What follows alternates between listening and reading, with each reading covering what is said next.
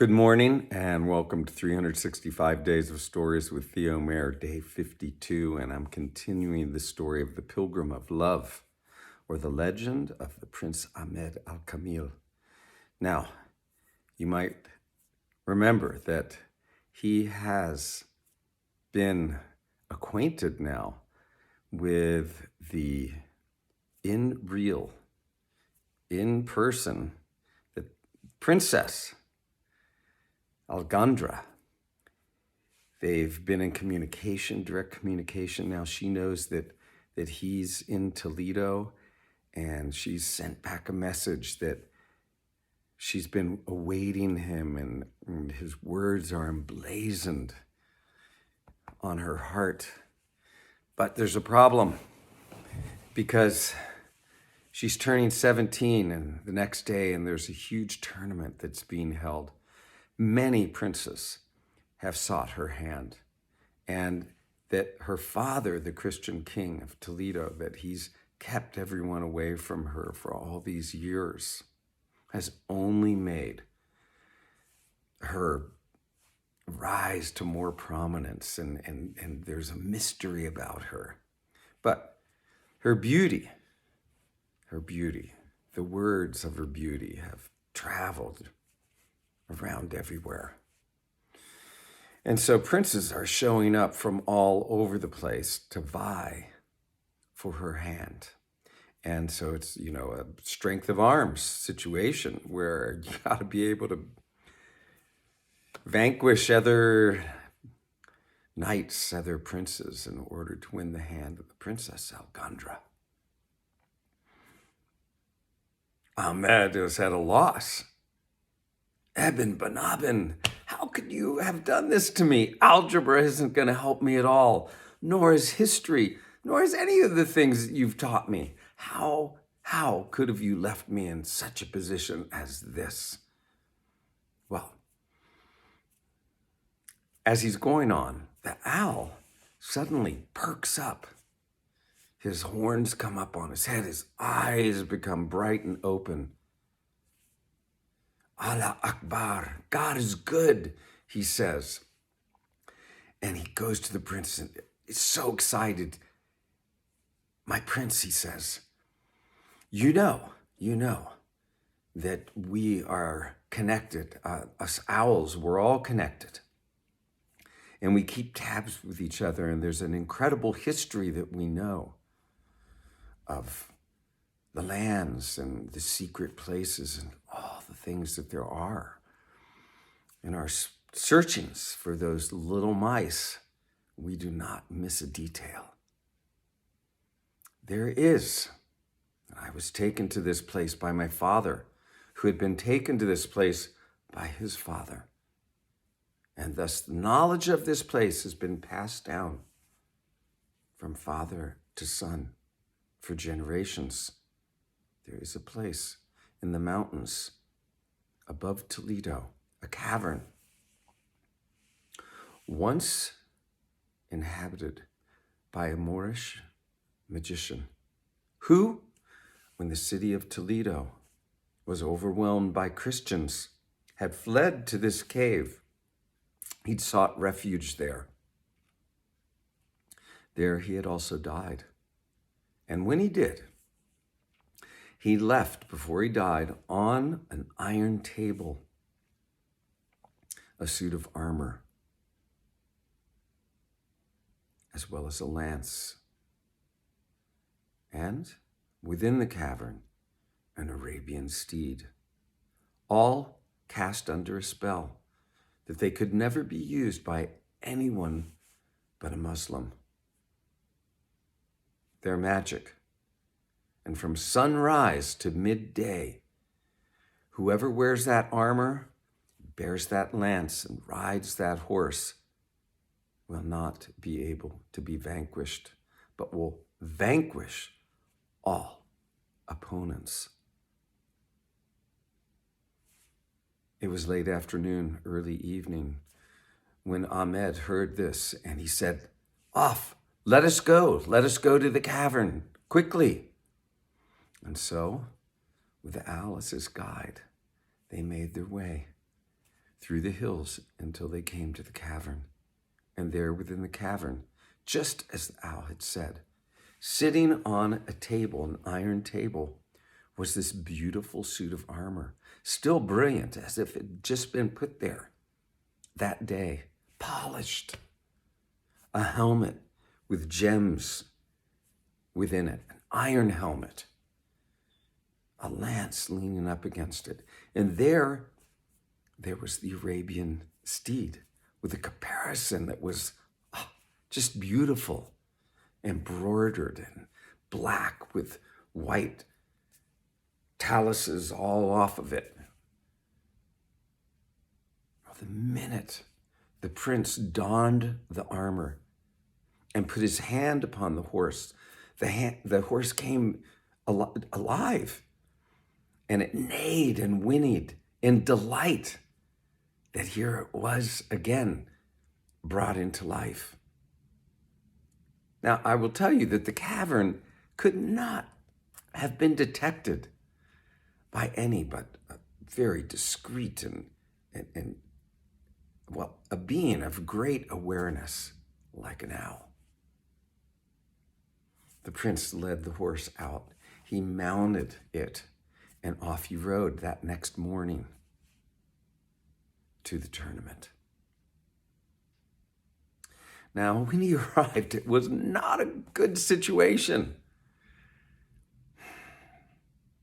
I will tell you that the field where the tournament was to take place had been all decked out. There were pavilions and tents and, stages and places where people could sit, and people had come from everywhere. There were princes and princesses from all over because they wanted to see this great festivity, this great battle between all these young princes. They wanted to witness it. So people were all over in the stands. The princes had all gathered. Things were about to commence.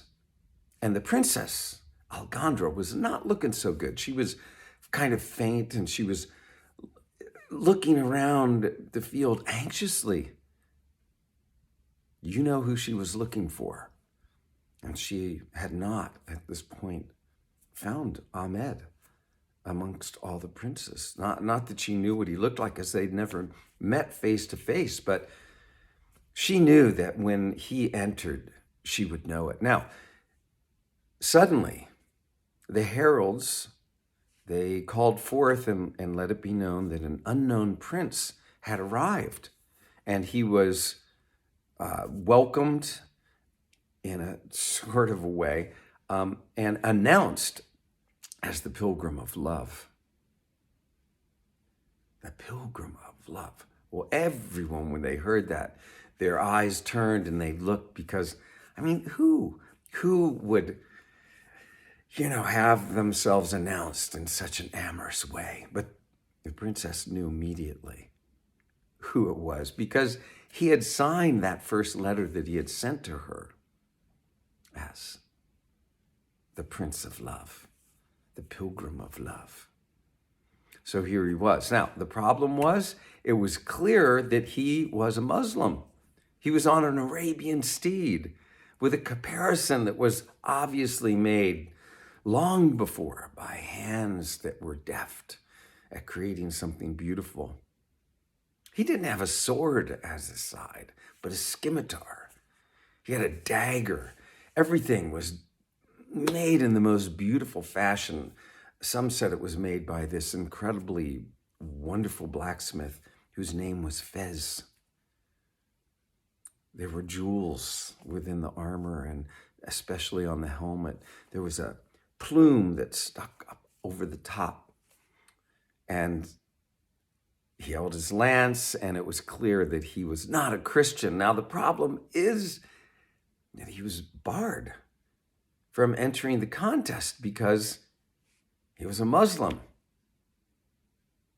The Christian princes, they laughed and started to make fun of him. And there was one in particular, Herculean in his frame, just a giant of a man.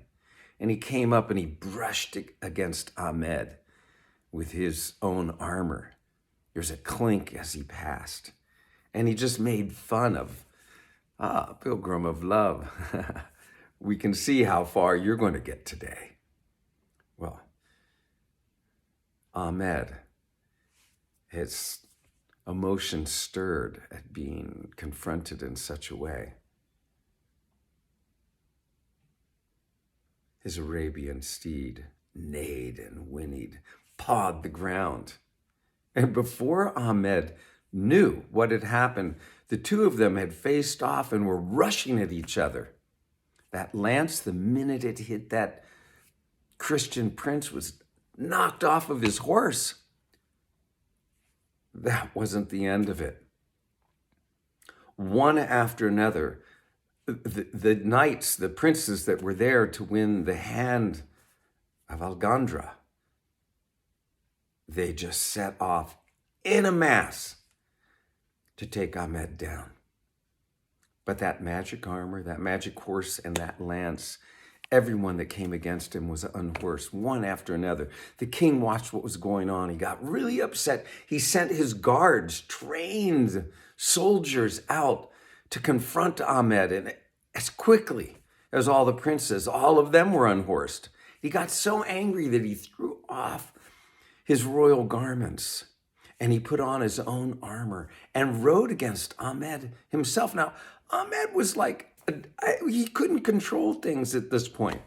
And as much as he did not want to get into this big fray with everyone, here he had unhorsed everyone that had come against him. And now the king himself was coming against him.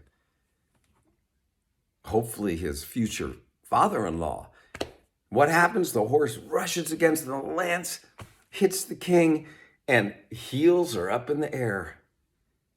And that king was on the ground, royal crown rolling in the dust as quickly as the rest.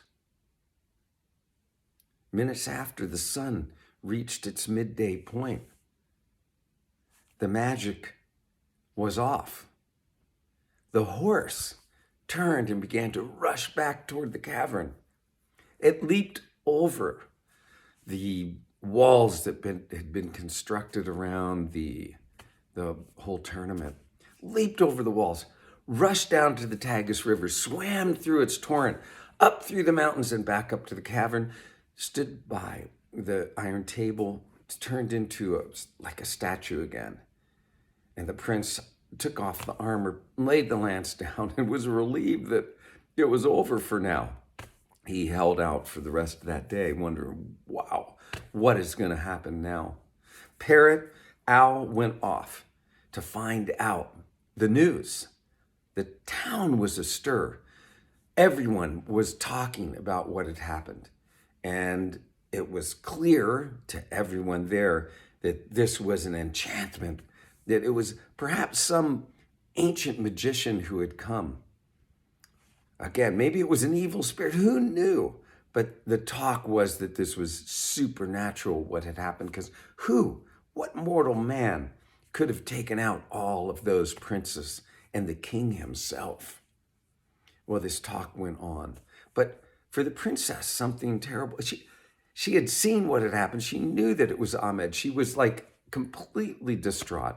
She felt like her chances of being united with him were now off because look at what had happened. You know, instead of there being a controlled, beautiful tournament taking place in which the victor won her hand, it had turned into this chaotic, craziness. She wouldn't have anyone talk to her. And the owl, in his evening quest gone through, he had eventually gone up into this chamber and he'd seen the princess and had seen what was going on. And he had seen her take out a letter and hold it to her breast and read it and then kiss it and put it back in the folds of her clothing. But there were physicians trying to tend to her and none were able to do anything. And the king sent out a proclamation that anyone that could heal her would win whatever gem he wanted from the royal coffers. And we're going to leave the story there and find out what happens tomorrow. Have a great day.